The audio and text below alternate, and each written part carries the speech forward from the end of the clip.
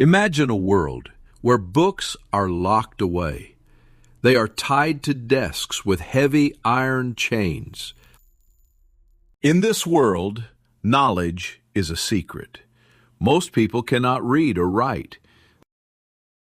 If you want to learn about medicine, the stars, or the law, you cannot just search online.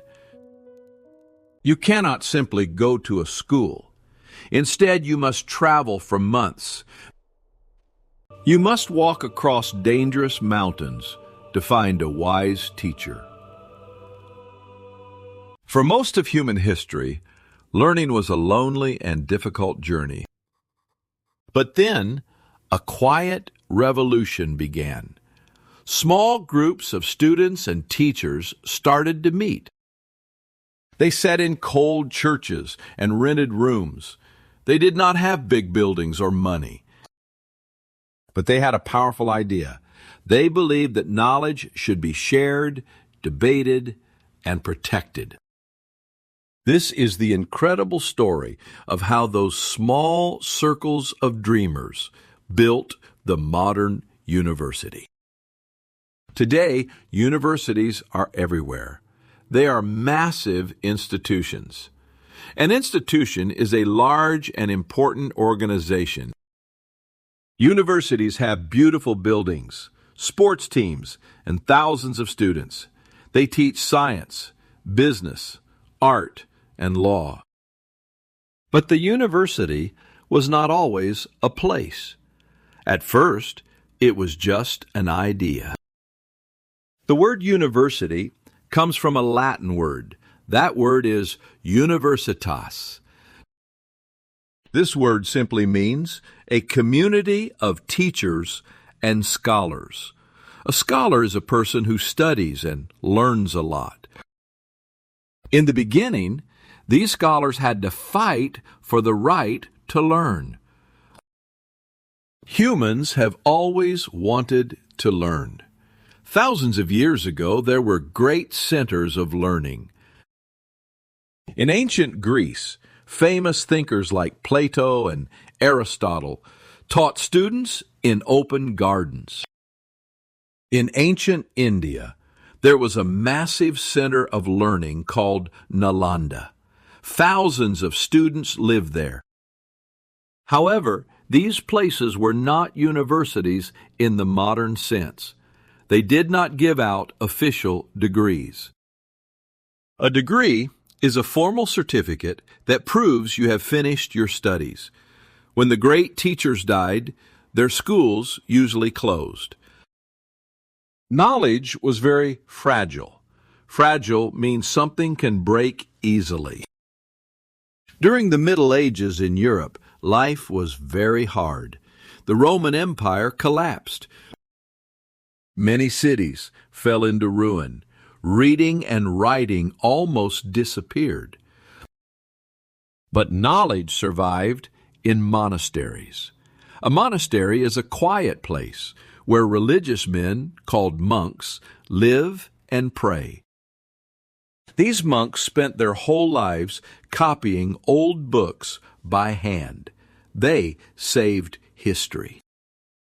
At the same time, the Islamic world was experiencing a golden age.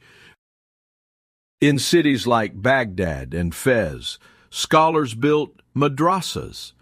A madrasa is a religious school. These schools kept ancient Greek and Roman ideas alive. They made huge discoveries in math, astronomy, and medicine. The true modern university started in Italy. The year was 1088. The city was Bologna. At this time, European cities were growing rich from trade. People needed good laws to handle business. So young men traveled to Bologna to study Roman law. But life in Bologna was dangerous for foreign students. The city leaders treated them badly. Shop owners charged them high prices for food and rent. The students felt helpless.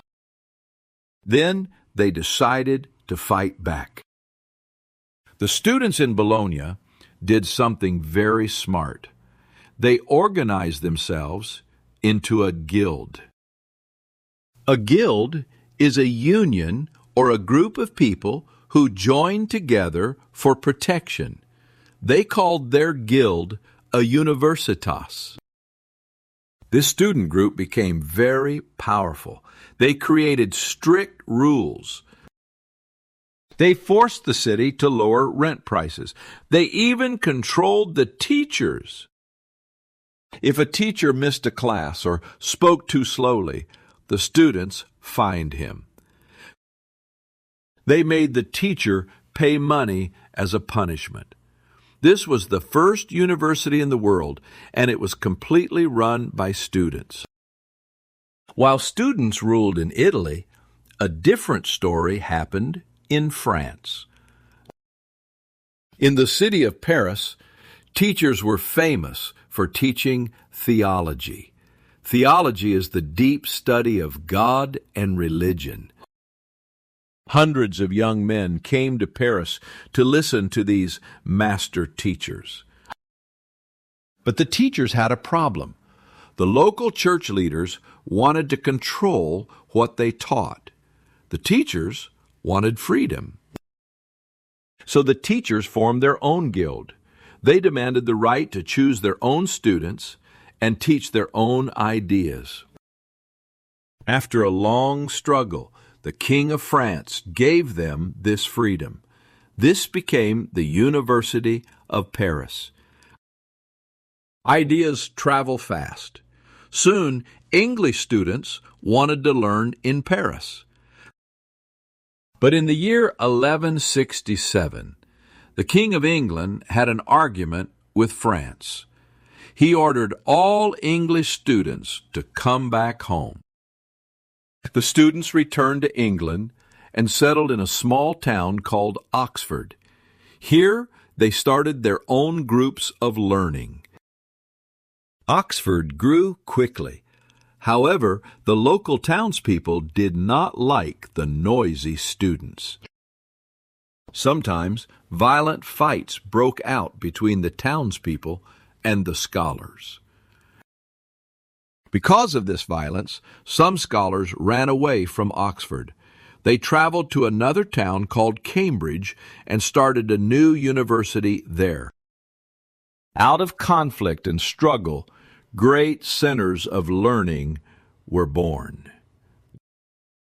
In the early days, what did students learn? They studied the curriculum.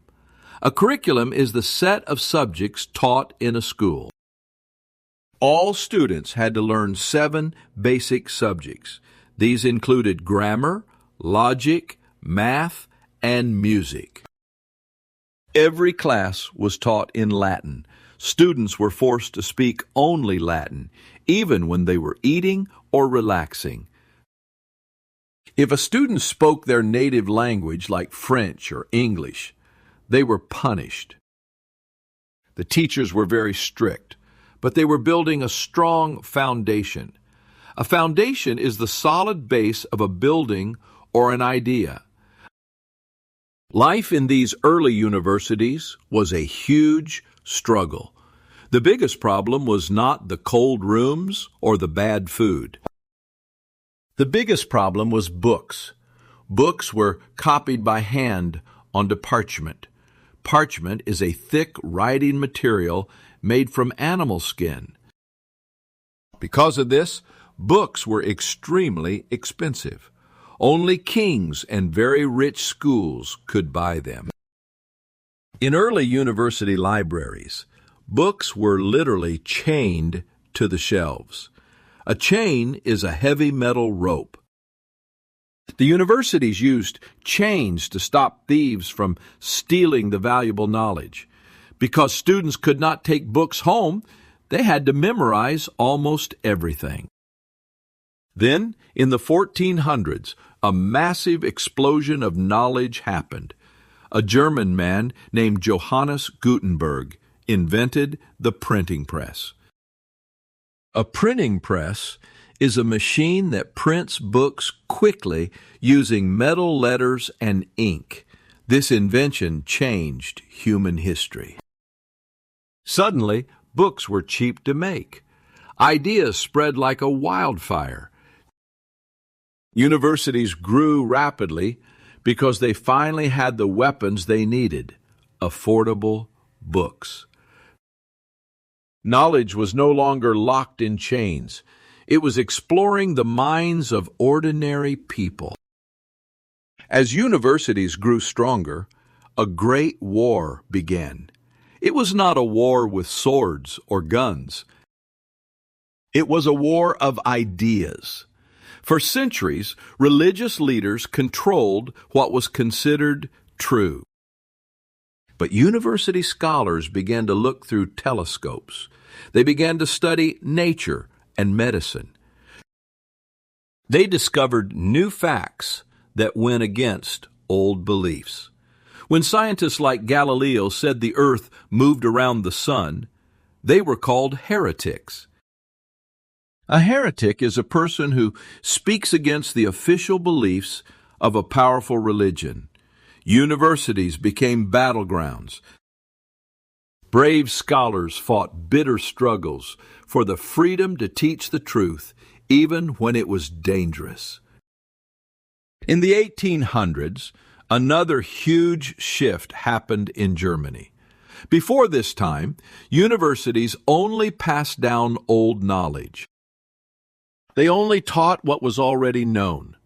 But a man named Wilhelm von Humboldt had a radical idea. Radical means very new and different from tradition. He believed universities should not just teach old facts. He believed they should create new knowledge. He built the University of Berlin. Here, professors and students worked together in laboratories. They did new experiments. They became explorers of science. This new system was called the Research University, and it changed the modern world forever. Across the ocean, a new kind of empire was growing. In the United States, early settlers built schools like Harvard and Yale to train ministers. A minister is a religious leader in a church. But America was a massive, wild land. The growing country needed engineers to build bridges, farmers to grow food, and doctors to heal the sick. So the U.S. government gave free land to build huge new universities for the public. These new schools had large, beautiful green spaces called a campus.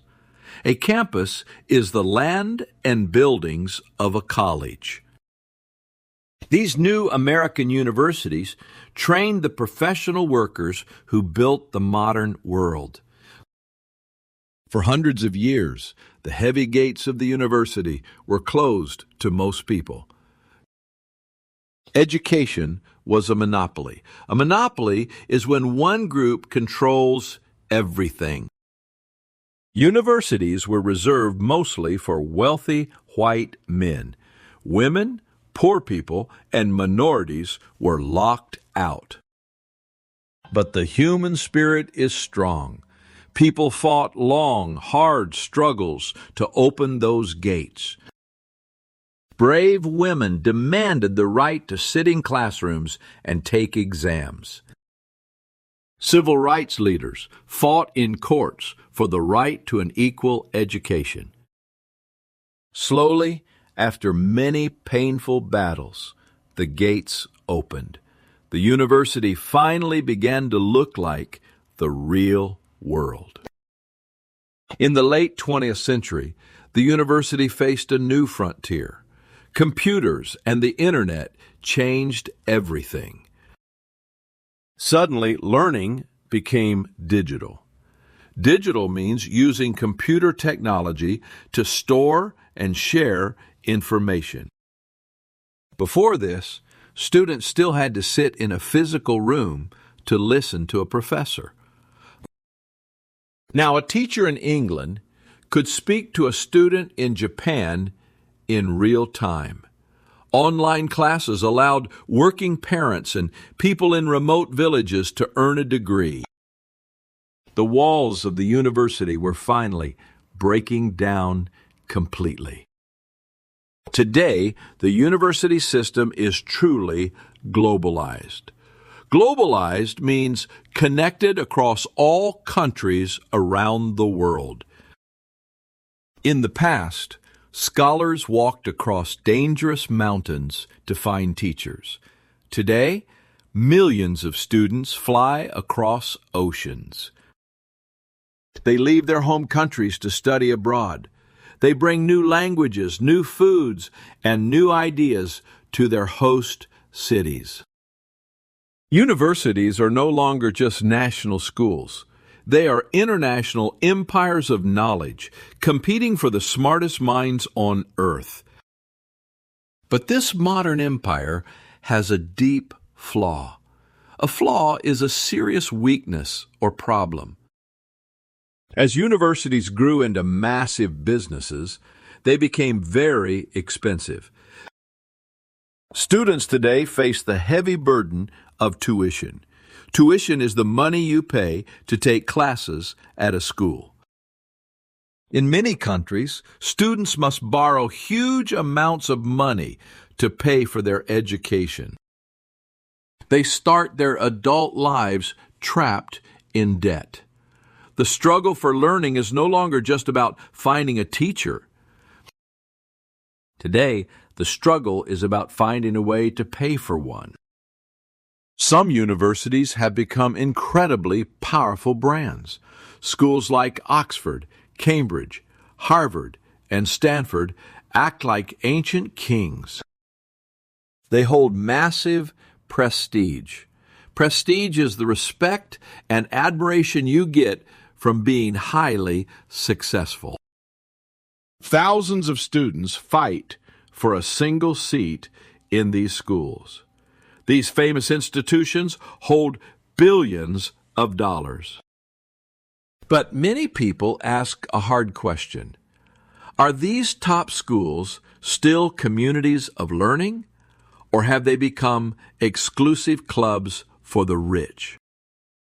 Despite the high cost and the intense competition, the spirit of the student remains the same. Walk onto any campus today and you will see resilience. Resilience is the strong ability to recover from difficult situations. You will see young people working late into the night. They balance part-time jobs, family duties, and hard exams. They are fighting the same war that the students of Bologna fought 1,000 years ago. They are fighting for a better future, for a chance to lift themselves up through the power of education. The history of the university is a story of human hope. It started with poor scholars sitting in cold rooms. They had no money, but they had a dream. They fought against greedy town leaders, strict kings, and closed-minded religious rules.